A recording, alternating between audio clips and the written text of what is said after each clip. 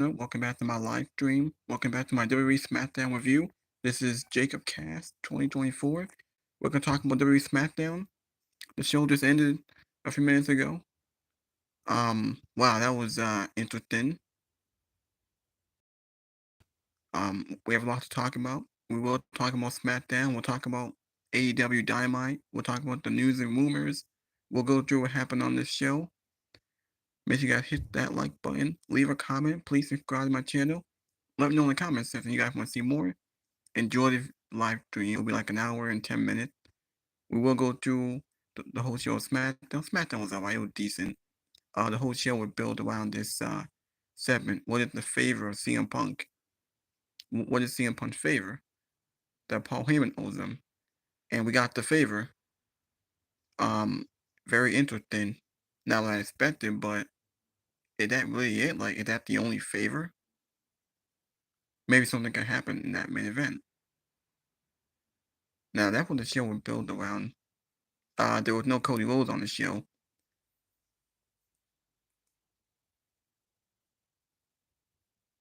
Yeah, so SmackDown off the air. This entire show was built on this segment. I thought it was a great segment. It was very good. You saw the emotion in Paul Heyman. You saw Reigns' facial expressions. Paul Heyman was actually crying tears. So the favor is that Paul Heyman will be in the corner of CM Punk. Paul Heyman will be in CM Punk's corner at WrestleMania. That tells me, is it gonna help him win and maybe cost Roman Reigns the match? I thought Paul Heyman might leave Roman Reigns, or maybe he will. We don't know. But is that really it? Okay, gonna be in the corner. All right, hold on. Want to go through the other matches on the card. Now next Friday we'll be in Seattle, Washington.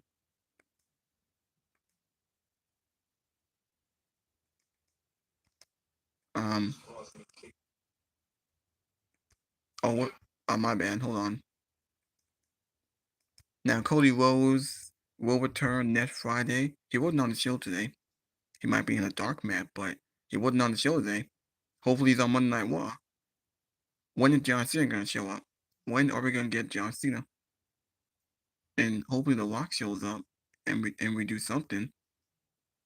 Is Cody Rhodes going to come out there and cut what? Is someone going to interrupt him? Or what's he going to do? We don't know. Now, what can happen on Monday Night Raw? Hope we get John Cena. Hopefully. Cody Rhodes. Yeah, so Cody will be on the show next week. Alright, so we got a gauntlet match. Winner earned the Women's Tag Team Championship match at WrestleMania. We got like 6 teams here, and these are makeshift tag teams. I think the only legit tag team is Kaden Carter and Katana Chance, Bailey and Lyra. We got Shayna and Zoe from the Pure Fusion Collective, or should I say Pure Fusion Garbage. B-Fab and Meechin. We got Alba Fire and Piper Niven, Maxine Dupree, and Natalia. 5 of these teams are makeshift tag teams, by the way. You know, Lyra Valkyria is the Women's Intercontinental Champion, and she is paired with Bailey. I don't know why. I don't know who can win this match. I don't care. I don't care about any woman. And man, they really have a problem with the way how they handle women in the company. And these are makeshift tag teams. None of these tag teams are believable. I think whoever wins is probably going to lose to Liv and Raquel. None of these teams are believable. Maybe Shayna and Zoe could win it. I don't know who can win this match. Maybe Piper and Alba Fire, just based on what they're doing with Chelsea Green. And they are faster now. They have a name. So maybe they could win it. I don't care about any woman. This is just lazy. And why is this match on WrestleMania? No one gives a shit about the women's tag team title. They're irrelevant. They're devalued. There's no division. There's no tag team. Everyone knows it's a makeshift tag team. This right here is a waste of time.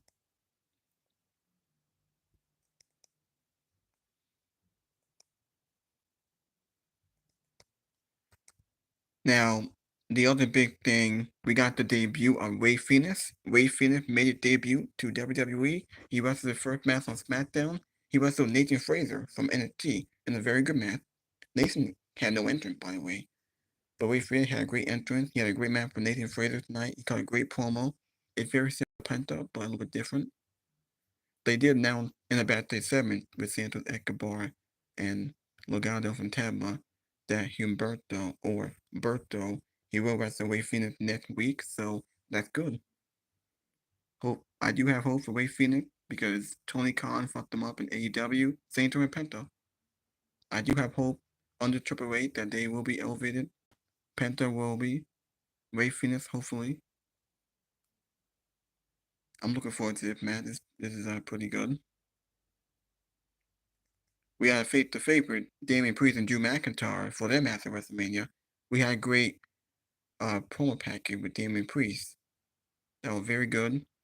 McIntyre wasn't on the show. He actually sold the attack last week. Now he's wearing an eye patch. Now next we will get the face to face. It's just a grudge match. I don't know what they're fighting over. It's just a way to get them on the card. I got no plan for these two.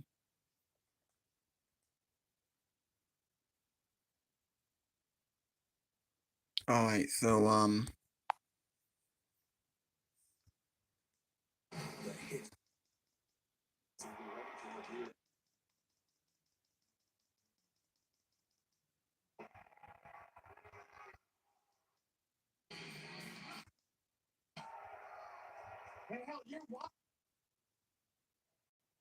Punk, when you made it at WrestleMania, force them to deal with us. all right. So that's the favor that CM Punk said. Just based on this segment with Punk, Roman, Seth, and Paul Heyman, it was very emotional for Paul Heyman. So the favor is that Paul Heyman's gonna be in the corner of CM Punk in the main event. So that tells me is he gonna play a factor in the outcome? Is he gonna help CM Punk win the main event? Is he gonna walk away? Is he gonna like celebrate with Punk and walk out the winner with Punk? Maybe we'll see him in the press conference. Maybe the story that Paul gonna leave Roman for CM Punk. Maybe that will happen. We don't know.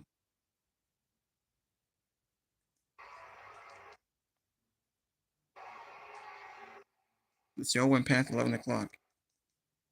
Getting close to any. All right, so hold on a second. Crazy Rich Asians. Saturday at 8. All right. Now the other big news: CM Punk favorite reveal. You guys know Kevin Owens had been out. Kevin Owens is gonna have to miss WrestleMania because of a serious neck injury. He needs neck surgery. Um, we had a interesting promo with Tiffany Stratton and Charlotte Flair. All right, now let's go into this. There's WrestleMania 41. Hey, that changed. They changed that.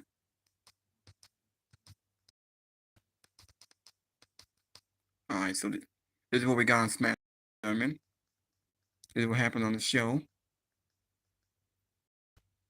Ray fans emerged on SmackDown for the first time. Now they will open the show. Obviously, they were in Chicago. CM Punk returned to Chicago as he's a WrestleMania main eventer. CM Punk served notice. I will tell Roman Reigns the favor.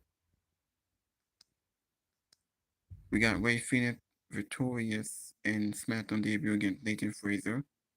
We had a decent match with LA Knight versus Tamatanga. Knight got the victory here. We had the Moxie Machine Gun win to face the White to challenge the Street Profit. It might be WrestleMania, or it might do on SmackDown. We have to wait and see. But yeah, we had a interesting segment here. Tiffany Stratton and Charlotte Flair engaged in a intense war. So Sharper fired here. They had to do something to make the feud interesting and feel special, even though it's not gonna main event. But you gotta do something because they haven't really done shit in the storyline. I thought it would kind of cringe and kind of force and the crowd was actually booing Charlotte. Crowd kind of booed most of this segment, but it was very good. I think Tiffany did came off strong in this segment, hoping that she wins this match. Now, Nick Aldis at the made official, Jade Carter versus Naomi gets made for WrestleMania. After Naomi beat B-Fab in like a quick match of like what, 2 or 3 minutes, and then Jade came out and attacked Naomi. So we are getting this match. I don't know why.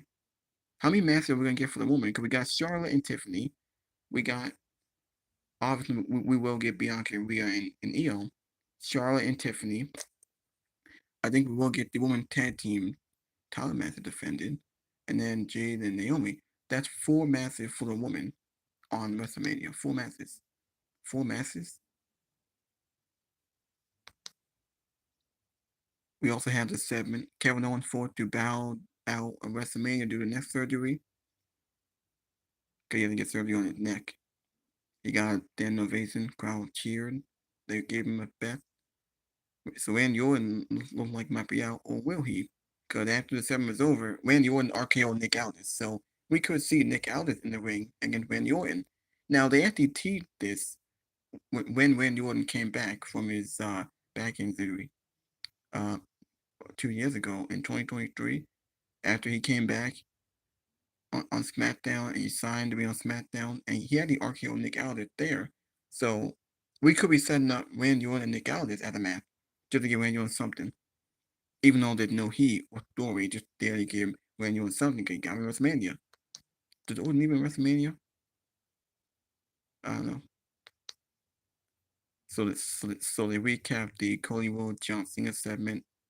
Like I said, Cody was not on the show, and why should he be? He's gonna be on next week. Maybe we'll get interrupted by John Cena, or The Rock will come out. We'll have to wait and see. Cody Rhodes grounds on John Cena with crossroads. We had a pretty good match. A last man standing. Jacob fought to win the right to challenge LA Knight for the US title at WrestleMania. So we will get it finally. Hopefully we don't see two in the ring again. Because these two have been in the ring since January. We're now in April. Hopefully they end this. Jacob Fatu should win that US title from LA Knight. Knight's not doing anything with it. And the build on Jacob Fatu is dominant. Now this is what we got on NXT on Tuesday. Ricky Saints win the North American title. Ava Rain makes a huge NXT title standalone announcement. The Dark Age story Trick William and Brutal Attack. Jordan Grace and Jada Parker get into a massive fight. Stephanie Valkyra vacate the women's North American title.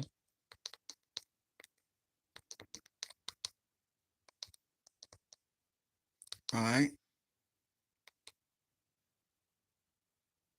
I'm Christy Nome. The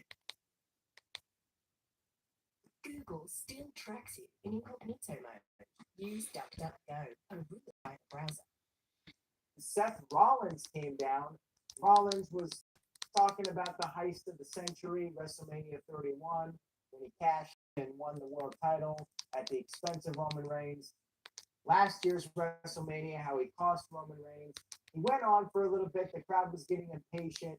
They were chanting, "What's the favor?" And Roman Reigns responded by saying he didn't call out Rollins, he was calling out CM Punk. CM Punk finally came to the ring. Punk said that this was all about loyalty. He talked about his history with Paul Heyman. And he said at WrestleMania, he is forcing Roman Reigns out of his comfort zone because Roman Reigns will have to deal with them. At WrestleMania 41, Paul Heyman will be in the corner of CM Punk. Roman Reigns responded by laughing. He said that even if he allowed it, there's no way Paul Heyman would do it. And he told Paul Heyman to let Punk down nicely. But then Paul Heyman got emotional. He had a tear running down his face. And Reigns started to get a little angry. He said Heyman better wipe up those tears and say no. Heyman was still emotional. And Reigns said he got more angry. He said, Heyman has one more chance, one more opportunity to say no. But then Heyman responded and said he cannot do it. He cannot turn down CM Punk. Punk responded with a smirk on his face. Rollins was laughing hysterically at this. CM Punk then attacked Roman Reigns, left him laying with the GTS, and then had a bit of a face off with Seth Rollins, an intense stare off as SmackDown went off the air. Now, let me let me give my thoughts on this segment, and then I'll get to these super chats here. Thank you to everyone that has sent in a super. Say no hits. Becky Lynch is very good at this. Bailey is very good at this. Kevin Owens is very good at this. Sami Zayn is very good at this. When you can see wrestlers being just unbelievably selfless with their opponents, I would say Seth Rollins is very good. When I think of his match with Omos, what he did for Omos, there's an unrepeatable United States. All right, now let's see what Solomon had to say. I almost forgot to say, my video was sponsored by my favorite podcaster, Sound Off, JD from New York, Fightful Pro Wrestling, and the other favorite podcaster.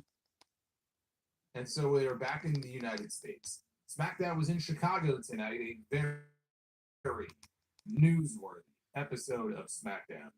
A good show, not a great show, but a good show, but a very newsworthy show with WrestleMania repercussions. And it all ties into the favor that CM Punk was owed by Paul Heyman. We've been hearing about this favor now for months, going back to War Games in November. What was the favor?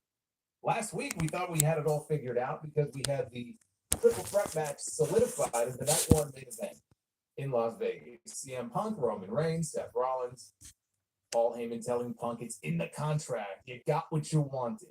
And then that little line there at the end of the show, as they were going off the air, with CM Punk telling Roman Reigns, but that's not the favor I'm owed, which was a great cliffhanger. But I wasn't sure if they were actually going to tell us what the favor was the following week.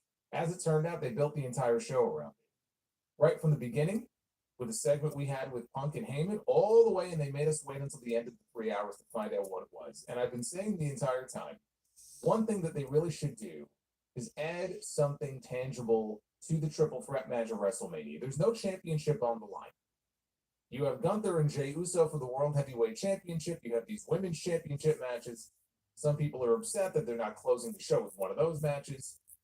There's nothing technically on the line in this match. And what you have here are you have Roman Reigns, Seth Rollins, and CM Punk, three of the biggest stars in the entire company. And so why not make it a number one contenders match, right? They all want to be world champion. When he beat John It would make sense. And I thought, well, maybe there's a way they could tie this favor into that. Punk's already got his main event. What's the other thing that he wants, right? He wants to be the champion. And he was actually probably going to be getting a world championship match at WrestleMania last year had he not gotten hurt. So would they be able to add something tangible, something at stake and on the line here in this main event? That's what I was kind of hoping for. What I was not hoping for, the one thing I was hoping it wouldn't be, would simply be CM Punk saying, Paul Heyman, I want you to be my wise man at WrestleMania. Now, Punk may have very legitimate reasons, in storyline for wanting this, because the relationship with him and Heyman goes back decades. Okay, they're very close.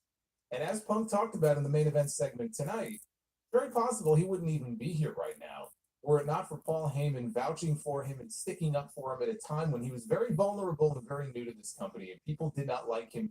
People did not want him there. He was an advocate for him, going back all the way to the developmental days. So on a sentimental level, you can understand why it would be important for Punk in his first main event to want to have Paul Heyman there by his side, right? I get all that.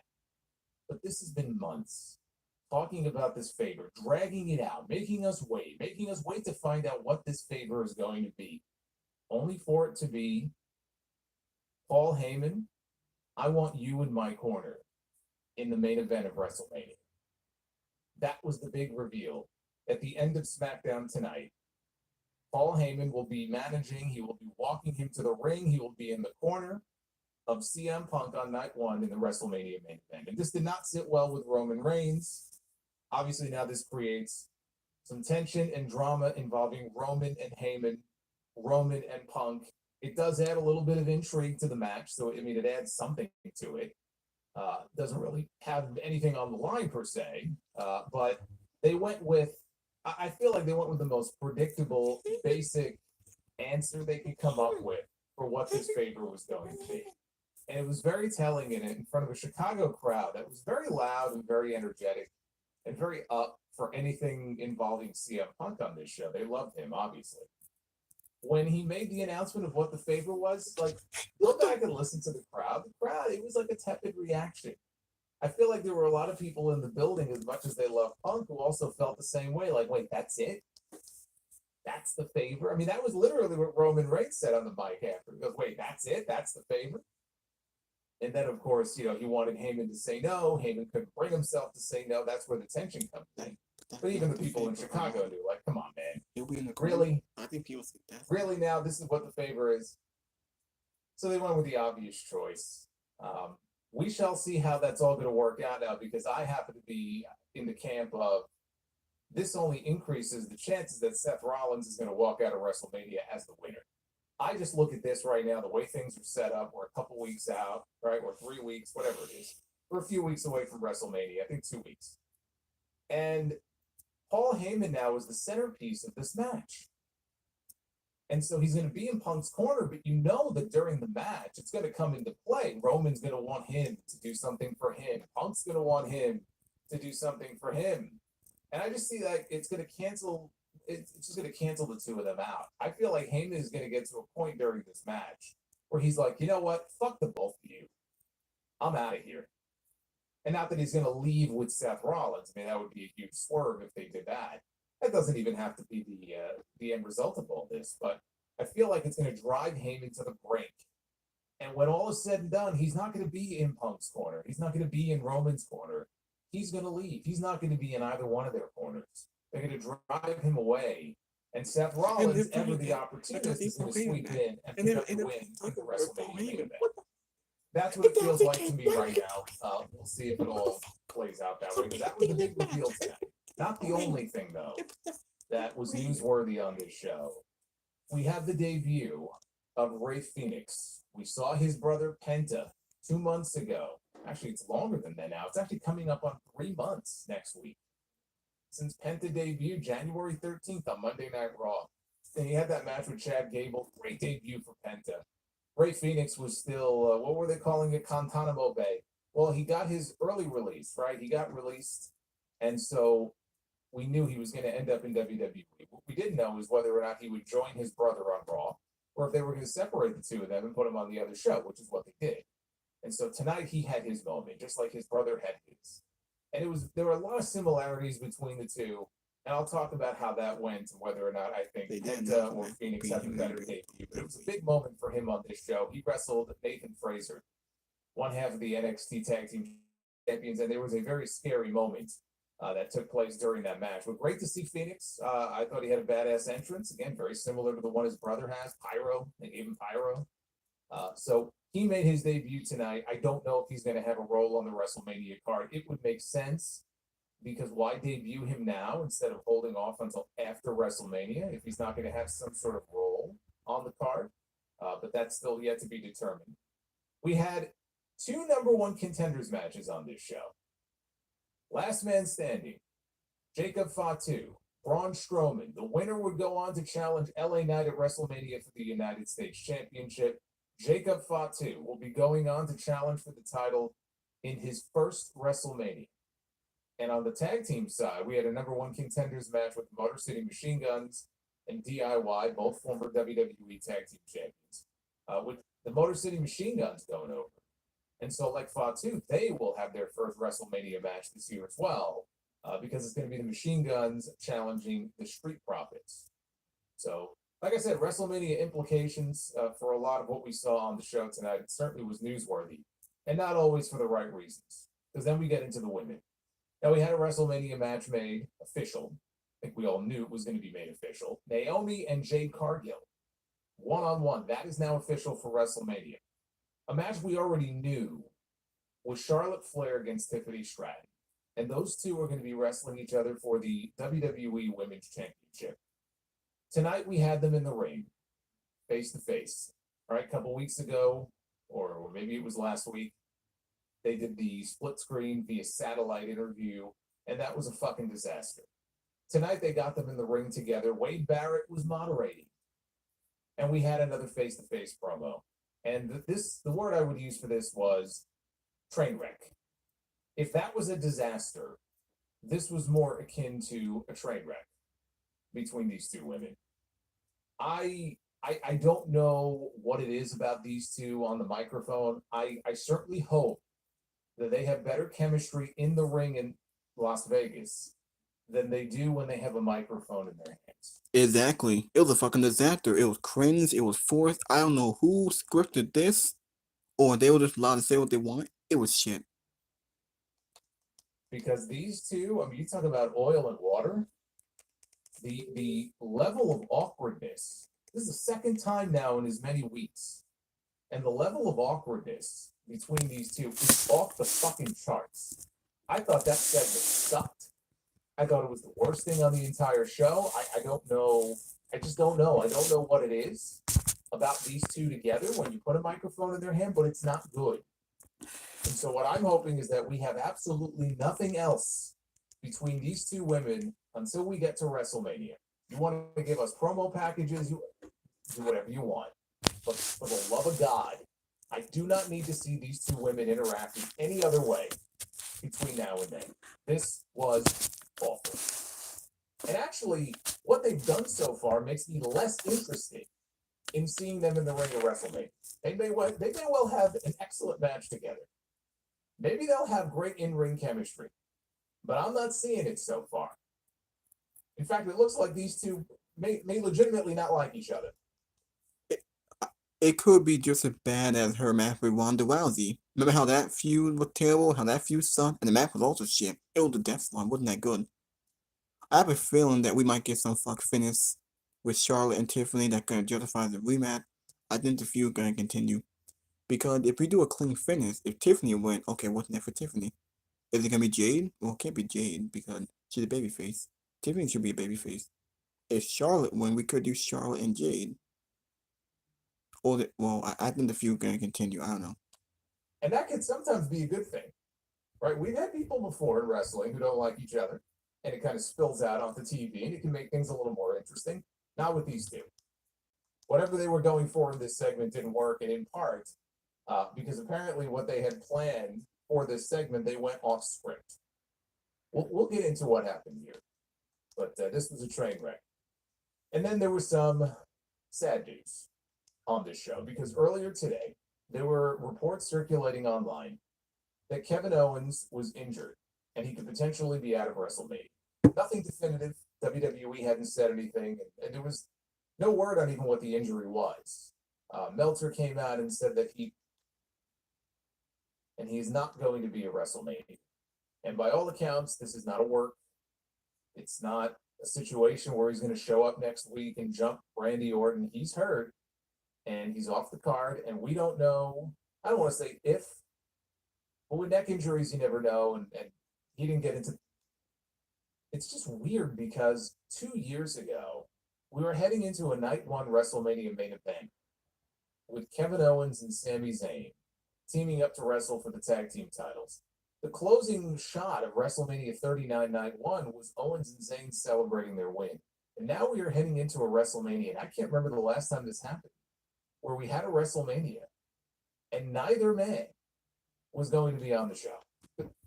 Yeah, and it's kind of weird because they play a big role. They always have a massive WrestleMania. Kevin Owens main evented with Stone Cold. He main evented with Sami Zayn. Didn't they for mid card titles last year? Sami Zayn won the Intercontinental Champion. Kevin Owens challenged for the U.S. title. Usually they always have great matches on WrestleMania. Sami Zayn's not on the cards. He's taking time off. Because after he lost to Kevin Owens, the feud's over. It looks like Sami taking some time off. Kevin a legit injury. He's now off WrestleMania. So what happened next? When does Sami Zayn come back? Is it after WrestleMania? And we don't know how long Kevin Owens can be out for. So Sami Zayn, he's out, right? He's not even scheduled for the show. He may have requested time off, and now Owens is hurt. Neither man will be on the WrestleMania card this year. It's very weird. So we'll talk more about what happened there, what happened with Randy Orton when he came out as well. I think we got a very big clue as to what Randy Orton's WrestleMania match is going to be, because he is going to be on the show. The only question is against who. And I think without directly saying so, I think we got our answer tonight. Like I said, very newsworthy show, so they packed a lot into this. Panda up here on the channel. And he was told that he was good, and that was about as good as it was ever going to get for him, because he's not supposed to be here. He thanked his wife, April, and we got some AJ Lee chants going, and he said that she's probably going to be a little mad at him for doing that. Heyman said not to ask what you can do for your wise man, but rather what your wise man can do for you. Here, because he ran and he dove through the ropes, and I think his legs clipped the middle rope, and so it stalled his momentum. Okay. Bidding on $5 million. Robin Hood Gold members 3% IRS. Now let's see JD from New York. Let's see his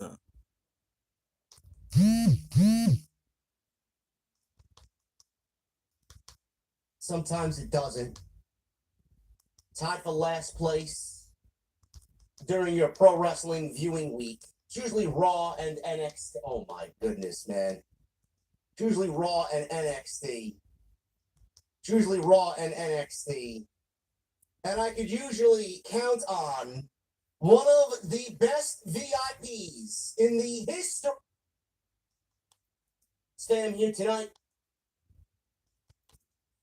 Friday night SmackDown post show right here on Off the Script. SmackDown has been the worst pro wrestling show of the entire week.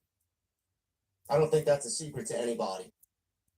Dynamite on some weeks squeaks out a victory over SmackDown. Some weeks SmackDown squeaks out a victory over Dynamite. It's usually Raw and then NXT, the two shows that people are talking about during your pro wrestling week.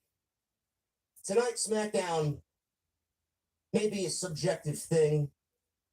I thought tonight's SmackDown was the best show all week. Better than Dynamite, better than Raw, and better than NXT. I thought this may have been the best SmackDown on the entire road to WrestleMania so far. I thought tonight's show was uber focused. I thought tonight's show did a lot to set up whatever they need to at WrestleMania. And I thought the ending of the show was absolutely tremendous, with Roman Reigns, CM Punk, and Seth Rollins. And the favor finally revealed what was CM Punk's favor from Paul Heyman to CM Punk. It's the biggest takeaway from tonight's show. And I know a lot of people over the course of literally the last week after Punk left us with a cliffhanger on Friday night, what was the favor? The cliffhanger from Friday night last week in London. Paul Heyman got down on one knee and claimed that CM Punk, whatever he asked for is in the contract, you will be a main eventer at WrestleMania for the first time ever. Roman Reigns laughed, saying that another check mark for the tribal chief, another favor that has been successfully cashed in and granted. CM Punk had to get down on one knee and sarcastically bow to the tribal chief and thank the tribal chief, only to then end the show and get up and look both Roman Reigns and Paul Heyman in the face, saying, this is great and all, but that's not the favor that I'm requesting. That's not the favor that I asked you for. Paul Heyman didn't know the favor. Roman Reigns didn't know the favor. Seth Rollins didn't know the favor. You know who knew the favor? I did. through everybody's speculation and through everybody's fantasy and everybody wanting certain things for WrestleMania, I was one of the very few that kind of towed that line of reality. A lot of people wanted CM Punk to be added to the Night 2 main event with John Cena and Cody Rhodes, having that be his favor. The winner of this triple threat match gets added to John Cena and Cody Rhodes, making that a triple threat match for the WWE Championship. That was never going to happen, and that only happened in people's dreams. Roman Reigns doesn't have that power. Paul Heyman doesn't have that power. And none of these three men have anything to do with John Cena or Cody Rhodes. CM Punk has crossed the path with Cody Rhodes at once upon a time, and he's made a mention of John Cena, specifically the Monday Night Raw after the Elimination Chamber, saying that he is going to venture down this road this year in Cena's retirement, and they will inevitably cross paths. And The Rock, he will see The Rock when he sees The Rock. He's going to take care of both of them. CM Punk had nothing to do with the WWE Championship, The Rock, or John Cena outside of a mention and outside of the fact that Punk lost the Rumble and lost the Chamber. Can't just go and add somebody to the main event just because you want CM Punk to walk out of WrestleMania with the WWE Championship. It did not make any sense. And why would CM Punk hold that type of power to go ask Paul Heyman to do something like that? And you think that Heyman has the type of power in his own right because he's affiliated with the Anoa'i family, he's got ties to Roman, he's got ties to Dwayne. Why do you think that Paul Heyman had that type of leverage to grant CM Punk a WWE Championship match if he beat Roman Reigns and Seth Rollins at WrestleMania? Why would Heyman go and do that knowing that The Rock is the final boss? And based off comments that CM Punk had said previously, why would The Rock grant that to CM Punk? None of it made any sense, and it would have been almost impossible for WWE to make sense of that. There was only one thing that the favor was going to be. And I know some of you think it's lame, and I know some of you think it's not quite WrestleMania-esque, but I actually like it. I'm going to go against the people who think it's lame and it's not enough. The not enough crowd going into WrestleMania. It is enough because there is a personal history there that spans half of a lifetime between CM Punk and Paul Heyman. And just based on that alone, it gives the entire match now a personal feel. Roman Reigns has had the wise man under his thumb, in his grasp, for the entirety of his historic title reign. Paul Heyman could be attributed to Roman Reigns' success over the last 4.5 years. He dominated WWE as one of the greatest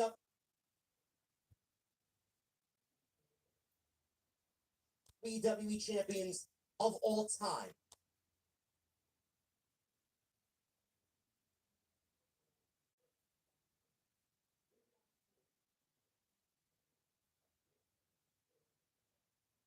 You could thank Paul Heyman for that and thank Paul Heyman's leadership for that. He is Roman's wise man. It's like you are watching a baseball team and your star pitcher is pitching a shutout or no-hitter into the 8th inning, but he's got so many pitches under his belt, you don't want to wear him out, you don't want to risk injury. Pull him. And you got your star closer there to end the game with 3 outs to go, and he strikes out the side. That's Paul Heyman. That is Paul Heyman. Paul Heyman and Roman Reigns have been synonymous with each other for the last 4.5, 5 years. The fact that Roman Reigns asked Paul Heyman to tell CM Punk no, and Paul Heyman stood there tonight, tears in his eyes, telling Roman, no, I can't do that. And Roman basically angry with Heyman that he admitted to the world he owes CM Punk this favor. This is real. This is a real story. This is legit. I can't break a promise. I'm going to walk CM Punk down the aisle as his wise man at WrestleMania 41.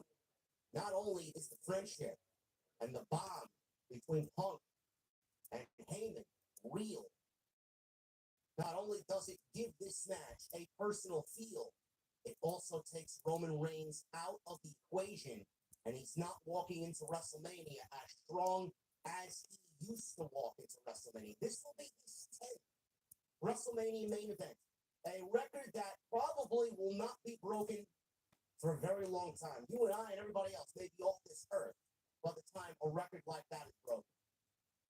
He's walking into WrestleMania without his star closer.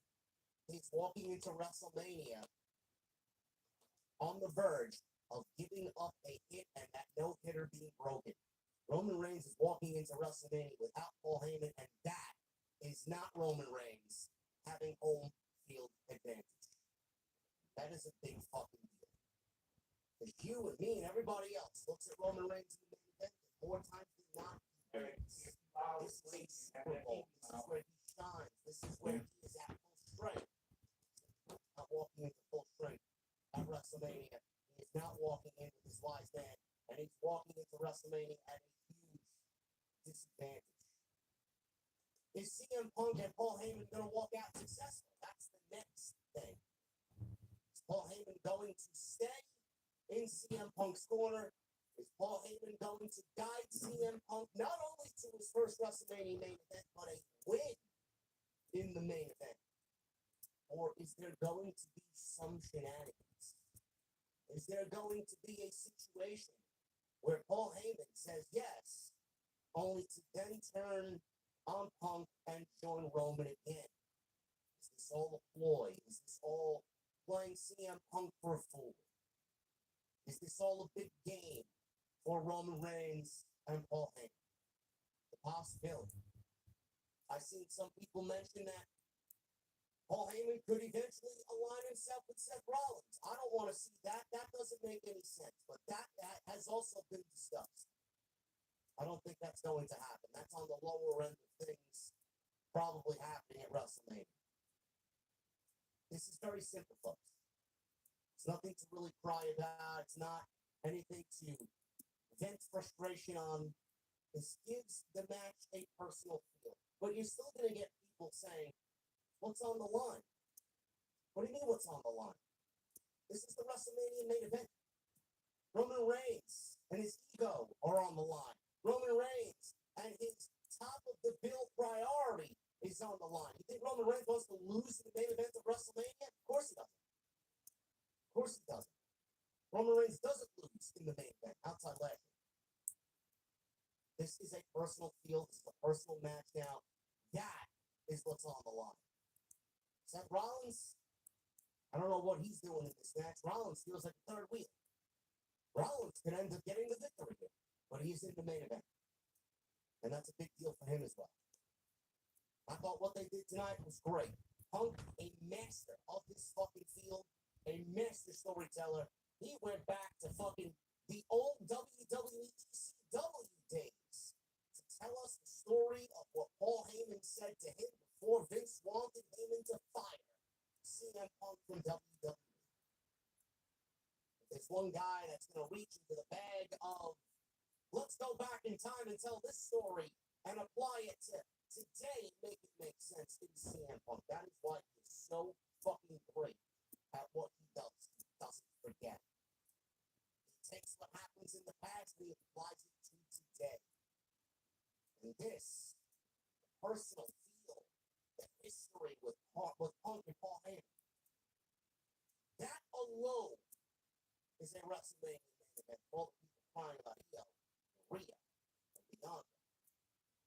They don't have the history that Punk and Heyman have. They don't have the history that Punk, Rollins, and Reigns have. They don't have Punk bringing in the Shield and dominating WWE. That's the history. All of these guys fit all of this this is a main event. And what I thought tonight happened with this main event, I thought this was great. I thought every bit of this was great. Had a real personal feel, and that is the thing. CM Punk requested Paul Heyman to walk him into WrestleMania as his wise man and stand in his corner. But like I said, is this a game for Roman Reigns and Paul Heyman? Will Paul Heyman turn on CM Punk? Is this going to just be at WrestleMania, or is this going to be a permanent thing? Will Paul Heyman leave Roman to side with Punk? I don't know.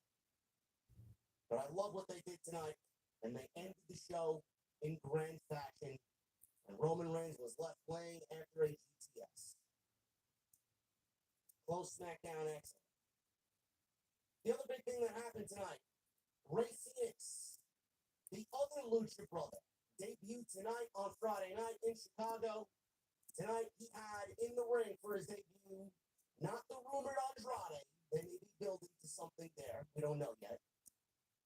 But Nathan Frazier, he wrestled Ray Phoenix one-on-one tonight.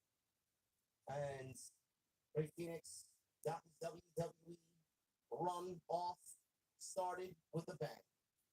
I thought the presentation for Ray Phoenix was great. The music was better than I anticipated. They made him feel like a big deal. Chicago knew who he was, being that Chicago is basically the home base, the second home base for All Elite Wrestling. So they know Ray Phoenix very, very well. And there have been many AEW shows at the All-State Arena. I thought Ray Phoenix did a very good job tonight. Not the best match with Nathan Frazier. Not the best showcase for Frazier himself. But Ray Phoenix, he won. Great debut. They gave him a little bit of mic time. And he was very emotional, telling everybody that this has been a lifelong dream for him. He didn't think it was going to happen, but he can finally say, happily say, that he is WWE. We will go over what happened there. Jacob Fatu is now the number one contender for the United States Championship. It is now signed, sealed, and delivered. Jacob Fatu will challenge LA Knight for the United States title at WrestleMania. Naomi and Jade Cargill get their WrestleMania match. That has been made official. And Nick Aldis says Randy Orton right now does not have a spot at WrestleMania 41 in Las Vegas. Kevin Owens came out tonight and announced that he needs neck surgery and that we may have seen the last of Kevin Owens in WWE. He will be missing WrestleMania. He's going to be gone for a very long time. And Randy Orton and Kevin Owens canceled off the WrestleMania card. What does this mean for Randy Orton? Where does that leave him? And what are the plans? We will talk about them right here tonight on the official post show, right here on Off the Script. I thank you guys very much for joining me, man. We got tonight started off with a legit bang. Turn on air. You guys are locking in for the fact.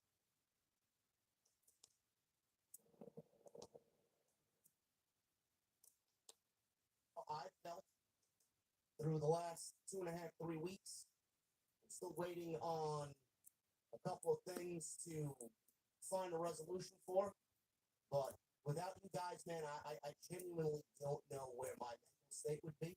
And every time I sit in this chair, every time I sit in front of this microphone, every time I sit in front of this camera, I feel like I'm on a completely different level.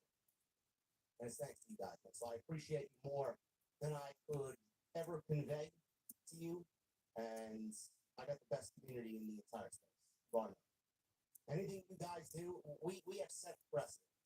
You guys have set a precedent. Anything that I need from you guys, you are 100% always there. And you meet every single goal. You meet every single thing that I need. And I can't convey that to you guys enough. So thank you. From me to you, thank you. CM Punk. Love CM Punk. You know who doesn't love CM Punk? The Chi-Town Small. I don't know how Jesse can't love CM Punk. But the work that he's doing now, personal feelings aside, and he turned blue. Says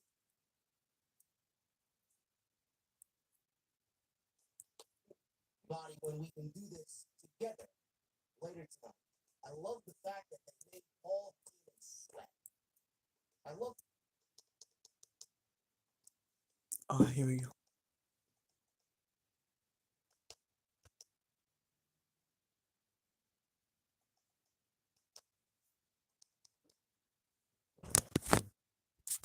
All right.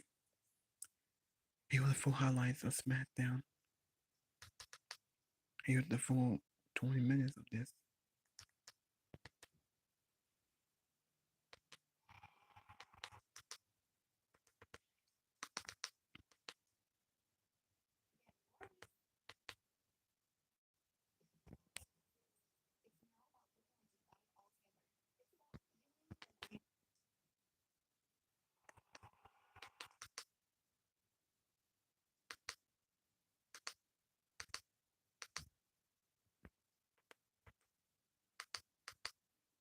All right.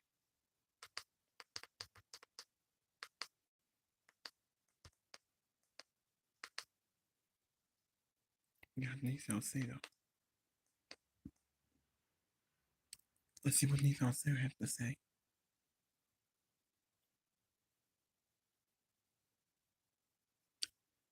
It might take a while.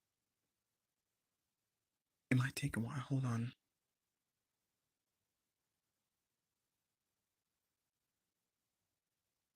See what Nissan Sato and Robin have to say.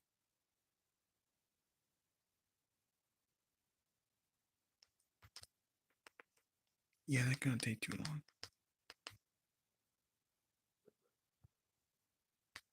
And Tiffany Wu.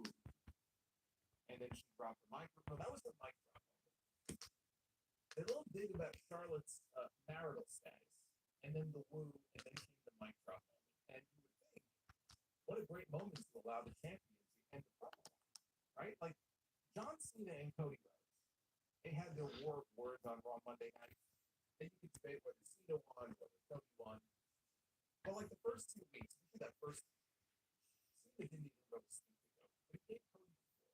And Cody was able to speak his piece, and Cena can come at him and like, we're going to get going to Cody. Because Cody's our guy, he's the champion, we're going to let him have the shot. Even though Cena can certainly, hold his own, right? It's like Charlotte is incapable of allowing her opponent to have any shine whatsoever. It's just, she can't bring herself to allow it to happen. So, like, Tiffany has her mic drop moment, and she rolls out of the room. And then Charlotte, who still has the microphone in her hand, she looks down at Tiffany on the outside and goes, "Hey, Tiffany, is that like Kaiser's in my DMs?" As they immediately begin playing Tiffany's track. So, Negativity and headache. But Tony's the only one to blame for that.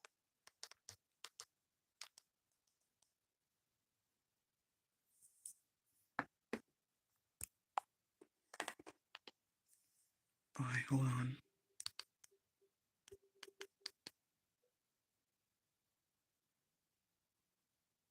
I want to see if I can show all the other podcasters. Show all the other podcasters here.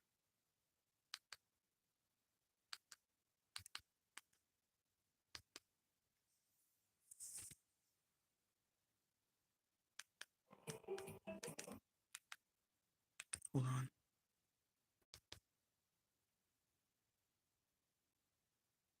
Enough of these damn commercials, man.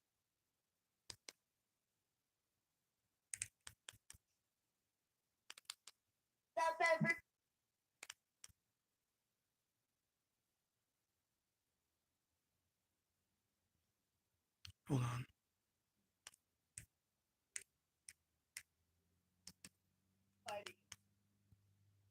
I'm.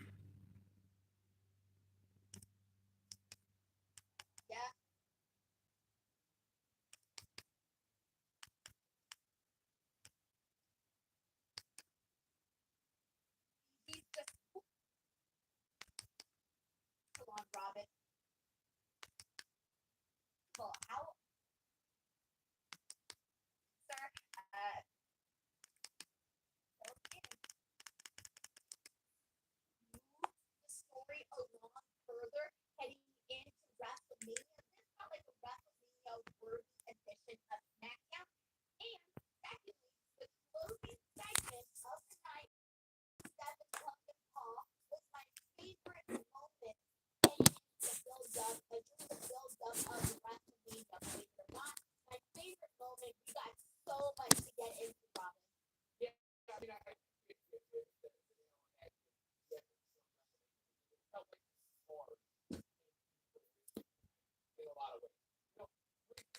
main event, and really they hit home there. But the card as a whole, oh, okay, you got this. Oh, okay, you got this. Oh, okay, you got this. And then again, it's like, oh, okay, you got that. And I love the second last week actually really important. They are cooking with grease when it comes to this triple threat match. And you know, it's hard not to because some of the best performers in the history of the business in a variety of ways.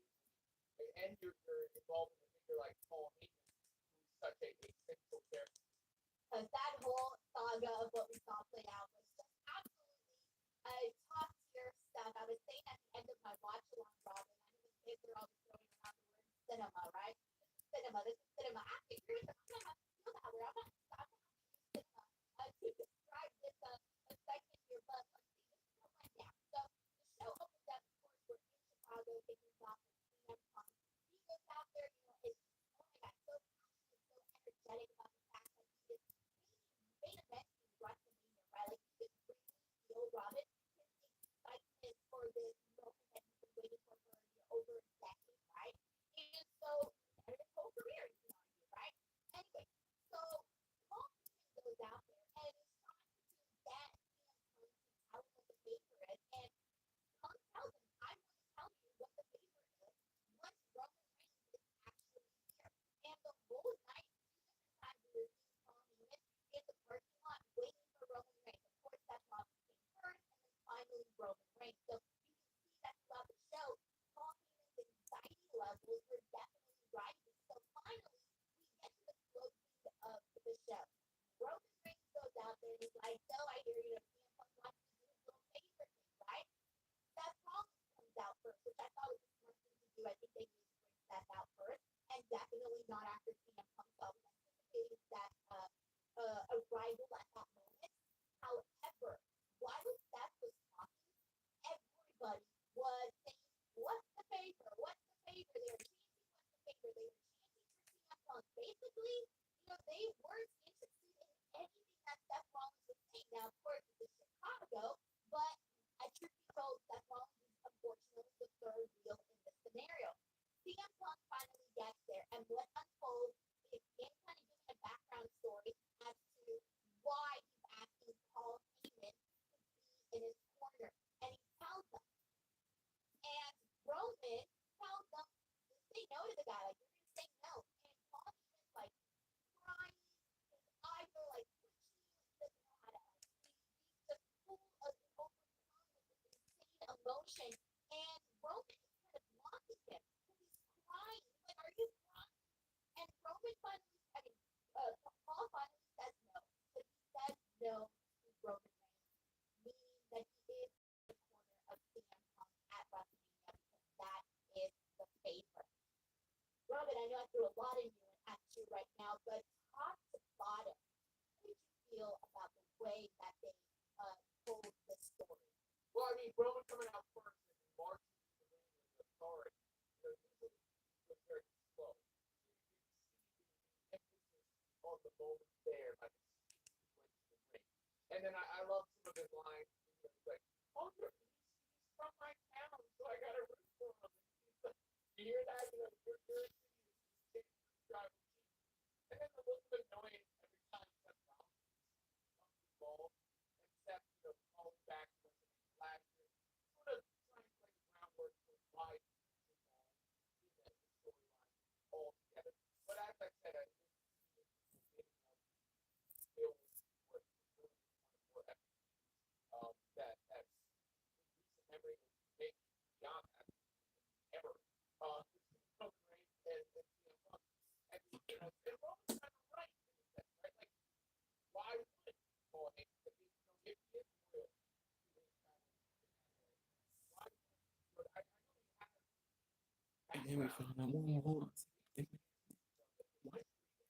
But if I'm Roman, I would be like, bro, that's not, you know, that's then, not now. And that's an official break of trust. Right? Like, that's the first domino in what is surely going to be the saga that's unfolding. Dude, I mean, it just felt like a love affair. That's really what it felt like. It felt like Paul Heyman was You torn ain't between mad. two lovers, and he couldn't know which one to pick, but at the end of the day, like you gotta be a man of your word. Like CM Punk came through when they needed help in war games, he came through and he helped them out. So at the end of the day, you gotta honor that favor. And mind you, Paul Heyman had already said yes. He had already said yes before the favor was even thrown out there. He had said yes during that parking lot segment that they did. So I think for me, the thing that I loved the most about this was just the raw emotion. One of the things that I think we've talked a whole lot when it comes to pro wrestling and pro wrestling fans know exactly what I'm going to mean by this is that we can always tell when someone believes what they are saying, when someone believes what they are doing. If someone is cutting a promo and they're spewing all this applied in this scenario because of how well everyone played their role.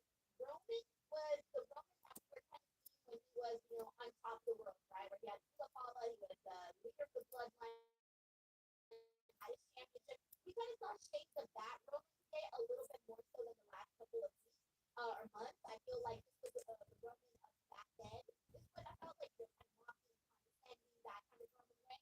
We saw CM Punk being the ultimate, I'm kind of a, I know I'm a little bit of a jerk, but we the top of him, I'm going to get with one kind of position. Seth Rollins, I thought was great in this part of the whole segment because it was just literally kind of front row ticket.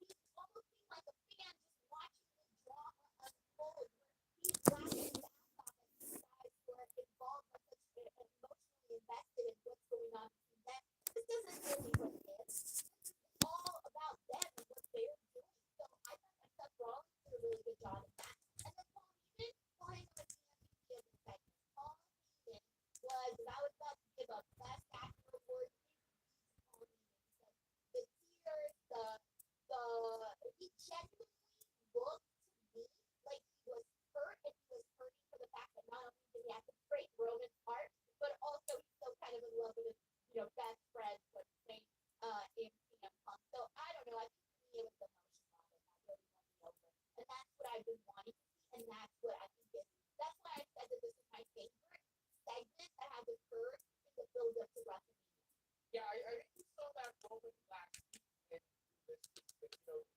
better at that. He's not meant to be the baby face and whatnot. That I think his performances on screen the last 2 weeks are the best since he lost the championship.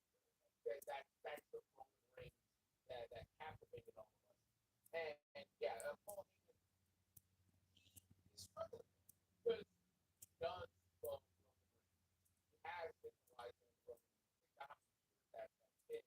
But he's also invested in his own hope and loyalty and moral code. So he understood the gravity of saying no to Roman and that things may never be the same. That's why the emotion is there, right? Like because with those two letters and O and that one word, that things may never be the same because he's the wise man and his tribal chief could take off the valley of relic. Robin, he stole his lover and is making him watch. Yeah. That's what's happening at WrestleMania. And that's pretty much what we were anticipating, by the way. And let's see. We do got Christmas 52. It's actually in regards to Charlotte Flair and Denise Jennings with Jesse Second says, right story. Wrestle Talk reported WWE tweeted at the end of the segment. The later deleted the clip likely because they saw a problem with their comments. Okay, we're going to have to circle back to this in just a second because there's a lot to dive into that. But we got Megan from AEW Sicko who says, Charlotte needs to just be doing full parts role. Keep them off the mic and still tippy time though. We're gonna tell you says Super says Luke and Andrade eating catering with them. Plus me. What am I gonna do when you sent me after that Tiffany Charlotte promo? Heidi Hostess versus Kaiser also and Ken Lipton says Paul is turning on Punk going to Rollins. I don't think so, by the way. I had heard this theory a couple of times. I am not on board with this theory. Robin, are you on board with this theory? I don't believe so. I think eventually, again, as I say, we're laying the groundwork to extending Roman and Punk feud. But I am curious what Seth Rollins' role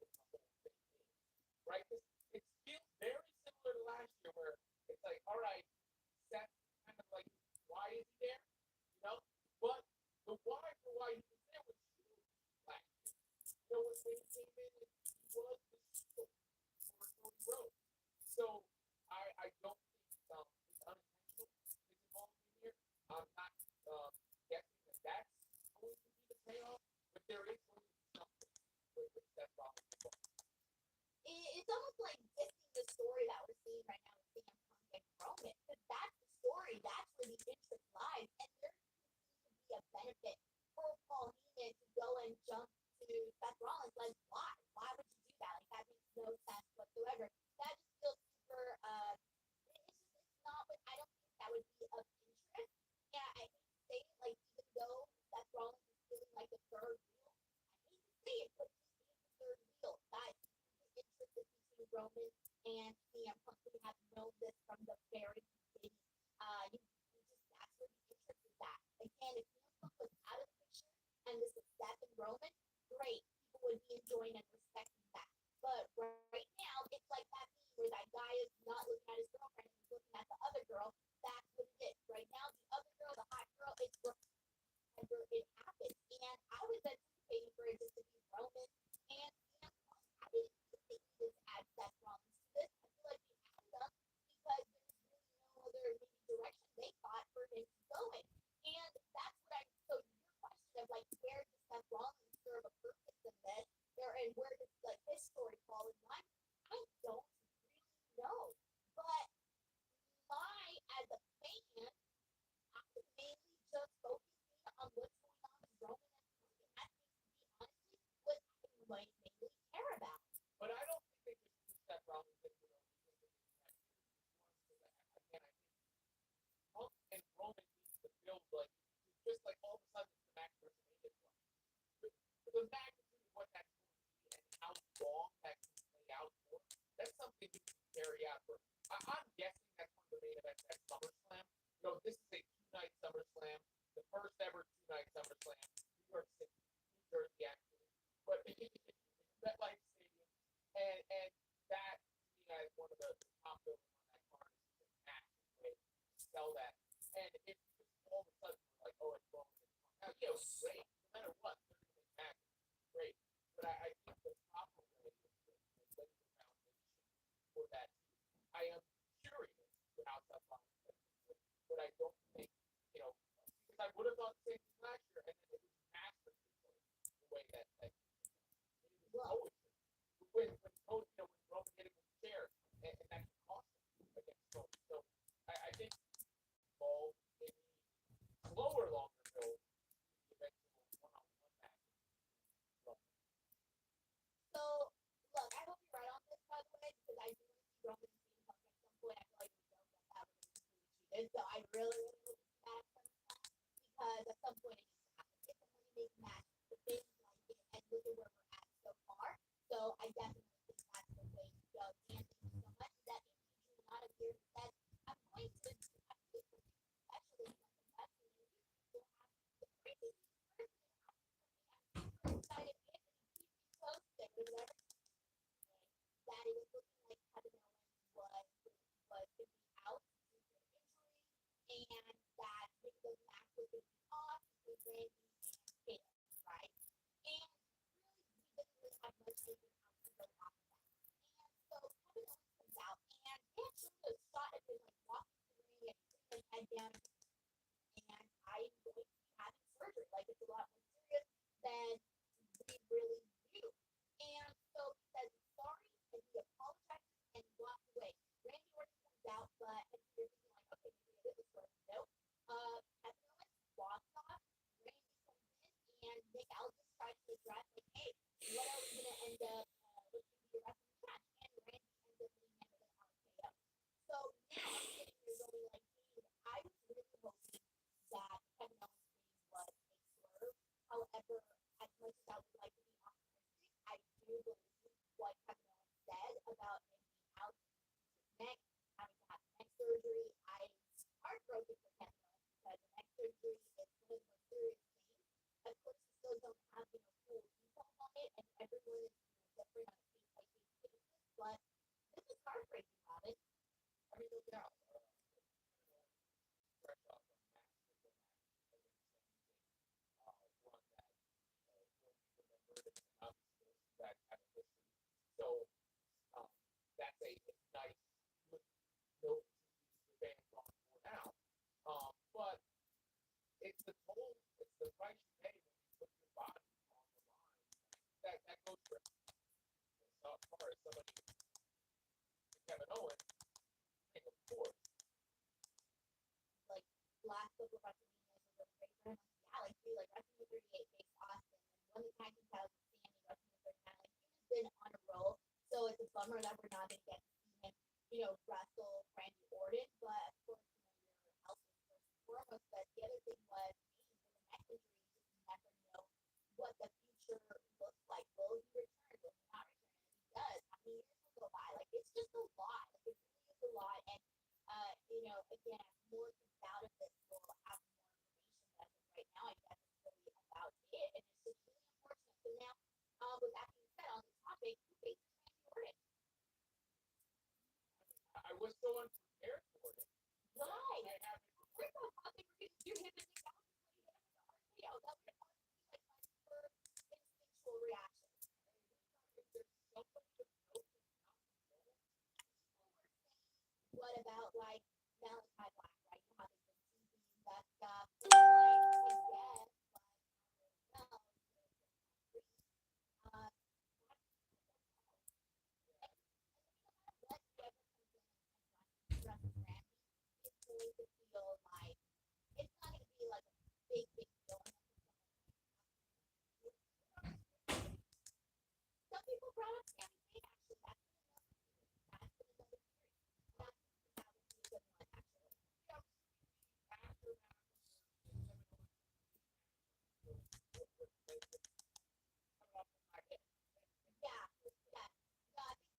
And then I actually don't know. I haven't seen the full list. The thing that kept throwing me off though was that I saw that Lyra and Bailey were in it, and I'm like, yo, they have a match for the Intercontinental Championship on Monday, and they're already announcing them. What? Like, who's so wrong by that? Yeah, I know. I was actually waiting for the graphics right now in a second, but I'll put up sorry guys, Julie fucked up Chance in the chat. Right, I'll have you guys see my Julie here. It says the bill is A plus, the match A plus, that's window. Again, I don't know. I think the scenario that I want is if Samson wins, I want him to pin Roman. If Roman wins, I want him to pin Samson.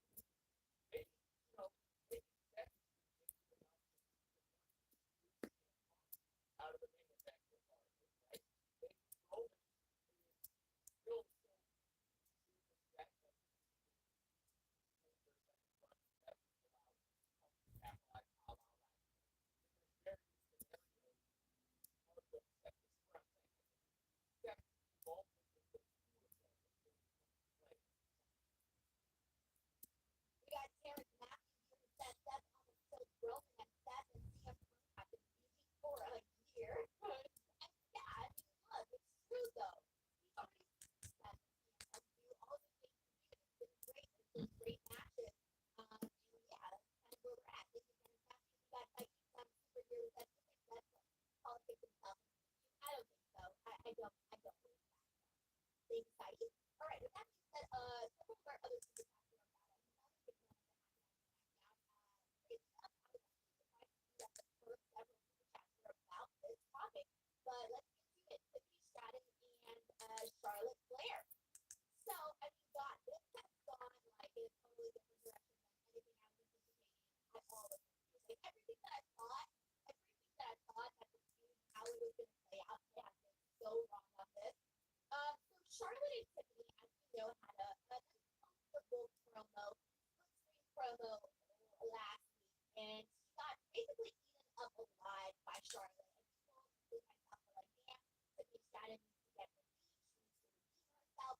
And I thought to myself, like, the only way she's going to get redeemed now, Robin, they can't do another split screen. They can't do another backstage. They can't do any of that. It's got to be dead center in the middle of the ring. And they did that.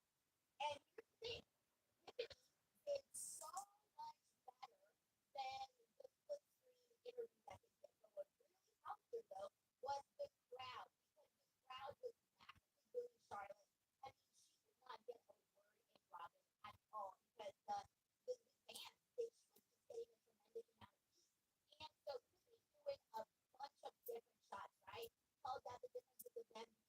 were both 25 years old. She called out a lot of things, but the most memorable portion of this is that afterwards, Tiffany Stratton brought up Charlotte Flair's divorce, her 0-3 record, I think is what she said, and that's because she's been divorced 3 times. And at the end of that, Charlotte says something about Lisa Kaiser, which is Tiffany Stratton's boyfriend, being in her DM. And I'm thinking to myself, whoa, whoa, whoa, whoa, whoa, what is happening here?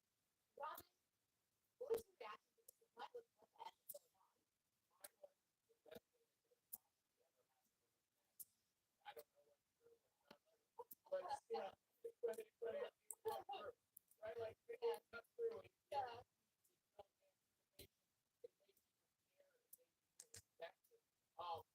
and Tiffany Stratton got that line off. I guess Charlotte had just ended work. And the DM thing after like, off the top, it made Tiffany Stratton and Charlotte Flair for the rest of the that's what matters.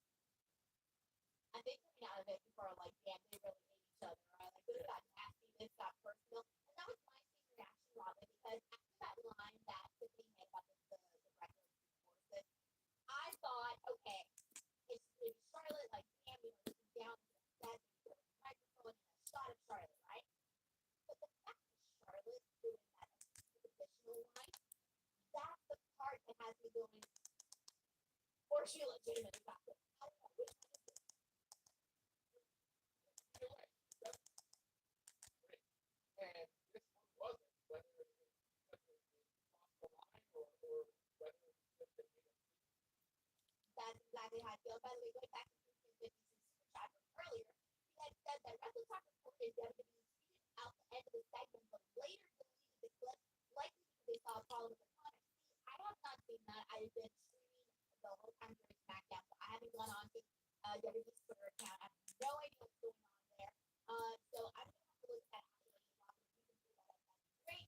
But I just don't know what's going on with that. So again, if they this is look, if this was not planned, holy shit, right? Drama. Now this is planned with their business like second. Thank you for that. All right. So with that being said, yeah, I coach Tommy was also Tiffany and Charlotte. You can just be doing cool parts. Come off the mic and feel good with that. But here's the thing, like this, I don't want to say come off the mic because of what we got today. And I agree with Robin that this really makes us do a million times better. I mean, look at it. So many people want to talk specifically about this year. Thank you so much, Heidi Ho, for that super chat, by the way. All right, and I believe, let's see. Hey, Julian, look at these. Did you see the screenshot that Charlotte DM just posted? What? Where did those come from that Twitter account? Okay, if they posted screenshots of any sort of DM, then that was 1,000%. They did not leave that graphic up long enough for me to look at every single person. All right, but we'll circle back to that there in a second. I want to go back to the other super chat that we had from, sorry, give me a second. You. And Robin, my jaw dropped when I found out, or when I saw rather, that he was going to be facing Nathan Frazier. Nathan Frazier, who is one of the fastest guys I've ever seen. How'd you feel about racing in Super Well, I like the fact that you squash him too. Like and great. I'm like, to get back. Beginning the match for a second, I felt like they were giving too much attention. Like the match felt like it was more. We technically witnessed the Kardashians. Magic Roman and Seth Punk. That's the match I'm most excited. Logan Paul is that match for sure? Oh, Logan Paul, AJ Styles, yeah, that's That doesn't do that. It'll be good though. actually no. And obviously, I think Sean's word for that. Let me actually go see what specifically Sean. Ritz. Yo! I'm sorry,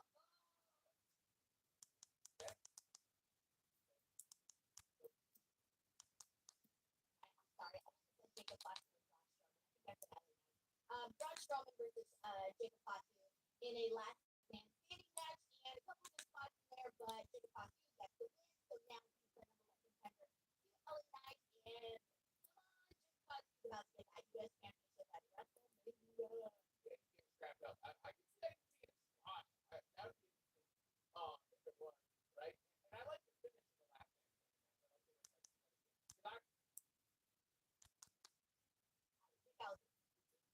Cargill came out and made the match official for WrestleMania.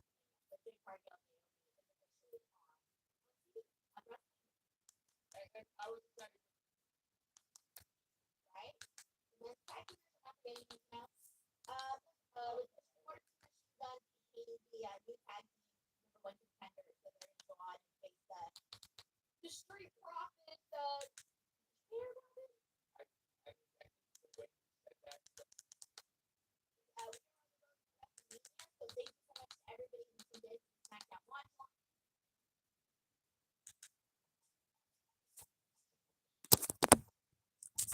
I'm about to end the video.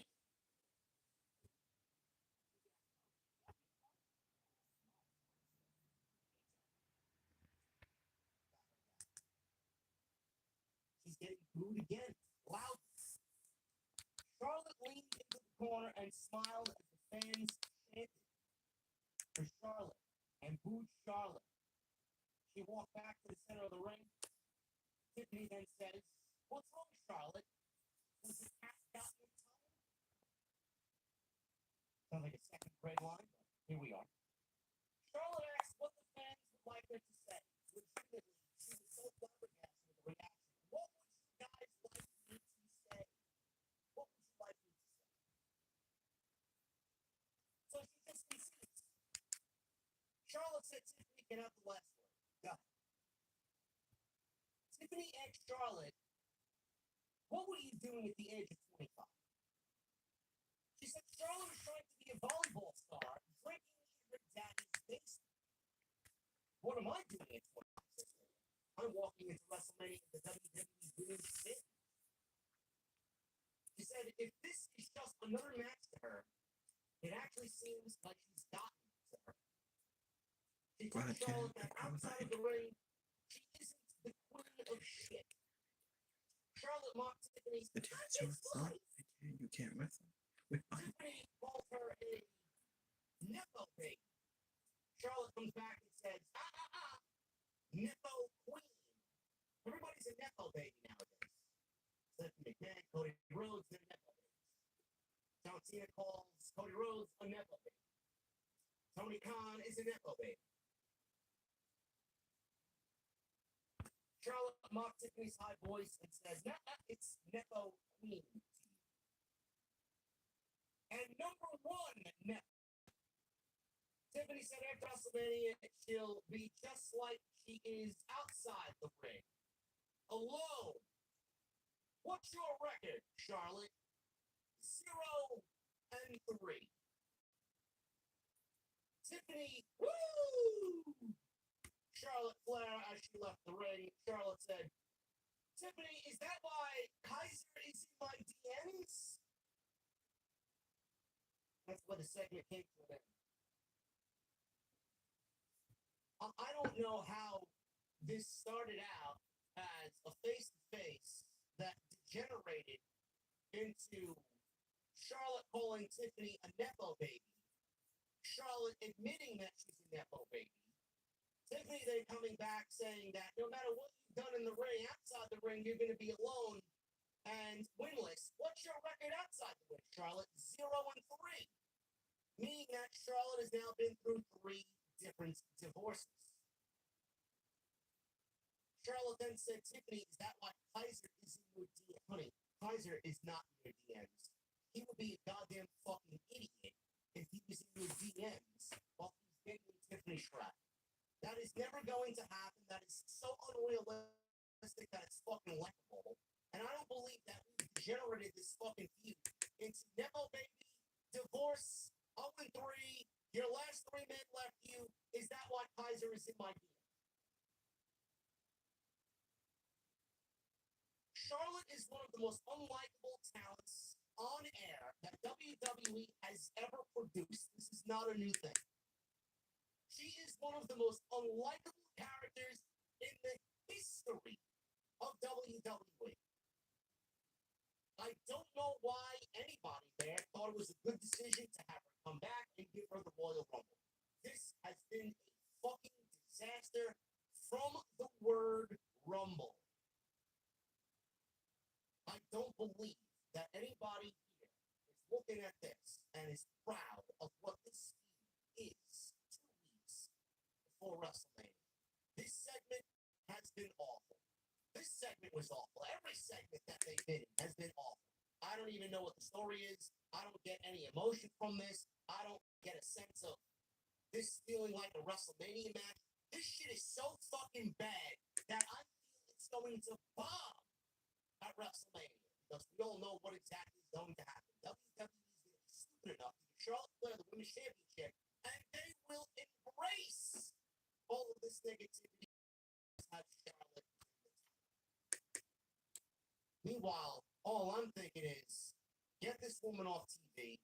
She does not make a difference at all in the division in a positive way.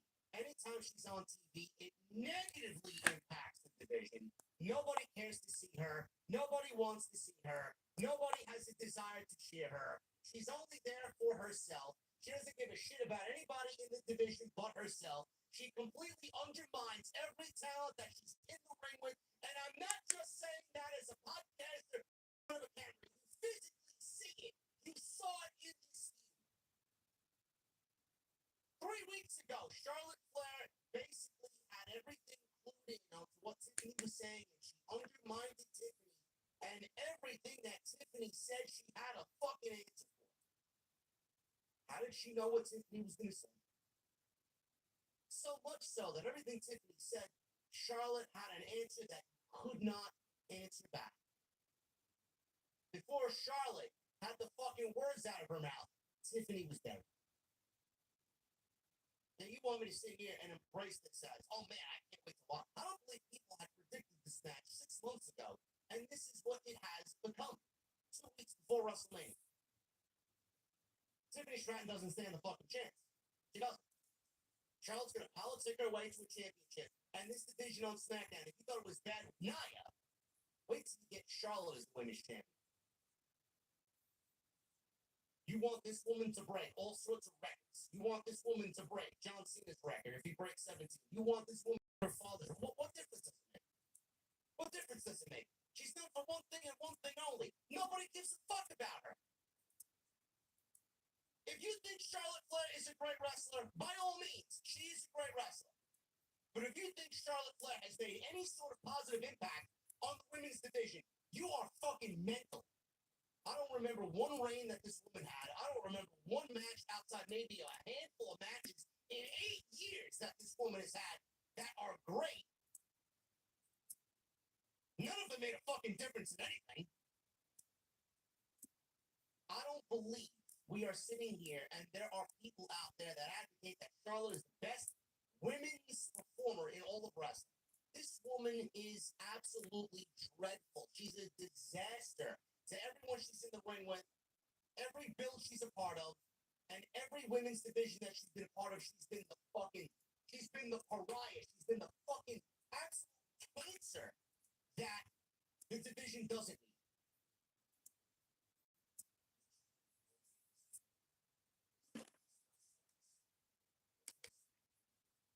This shit. Is Tiffany lighting the world on fire? No. She's obviously got things she needs to work on.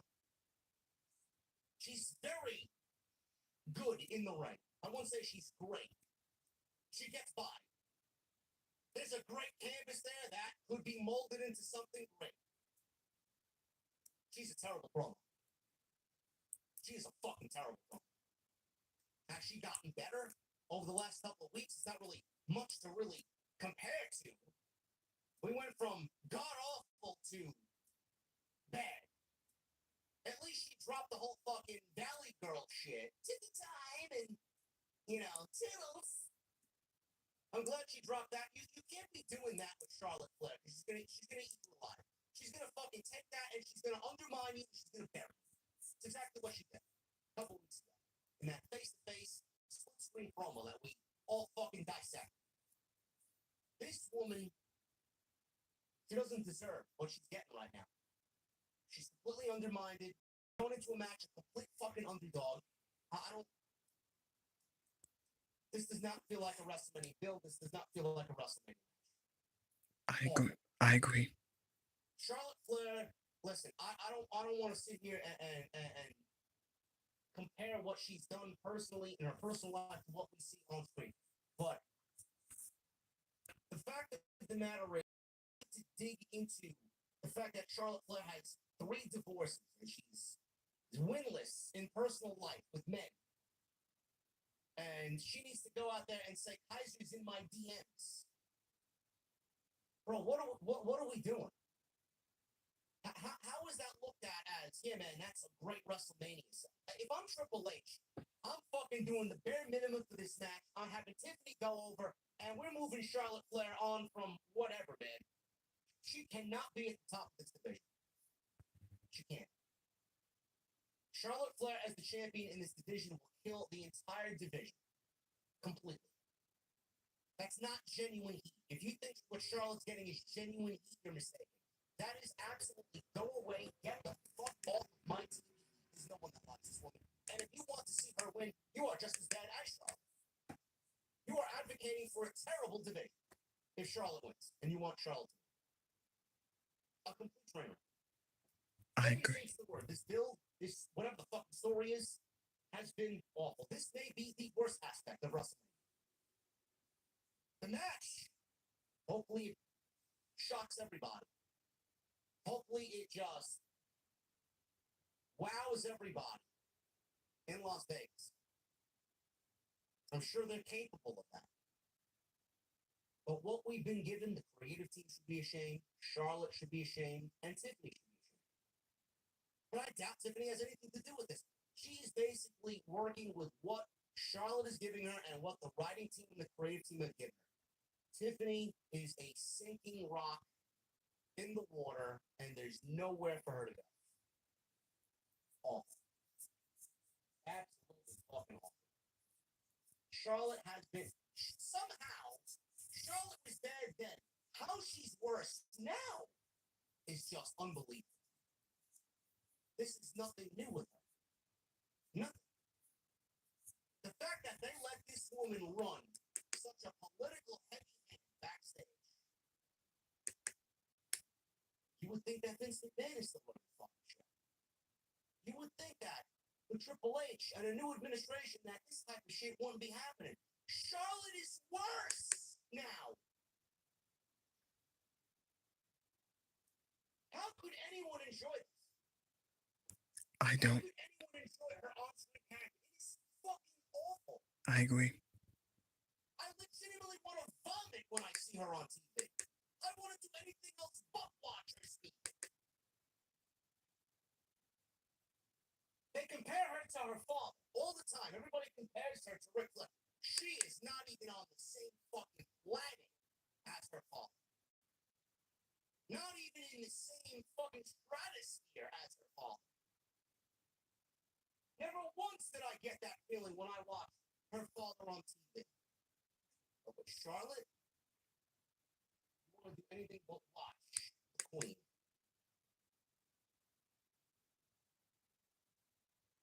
Nick Aldis. He said next week on Smackdown, in conjunction with Monday Night Raw and Adam Pearce, they will have a women's tag team gauntlet match with teams from both Raw and Smackdown, and the winner will face Liv Morgan and Raquel Rodriguez for the tag team championships at WrestleMania. Nobody cares. I don't. Why we're pushing this as a thing for WrestleMania, nobody cares. I can tell you who's going to win right now. It's going to be Lyra Valkyria and Bayley for the women's championship. How we got to that, no fucking clue. Motor City Machine Guns against. I'm gonna end the video. Thank you for watching. Thank you for all the support. Until next time, I'll see y'all later.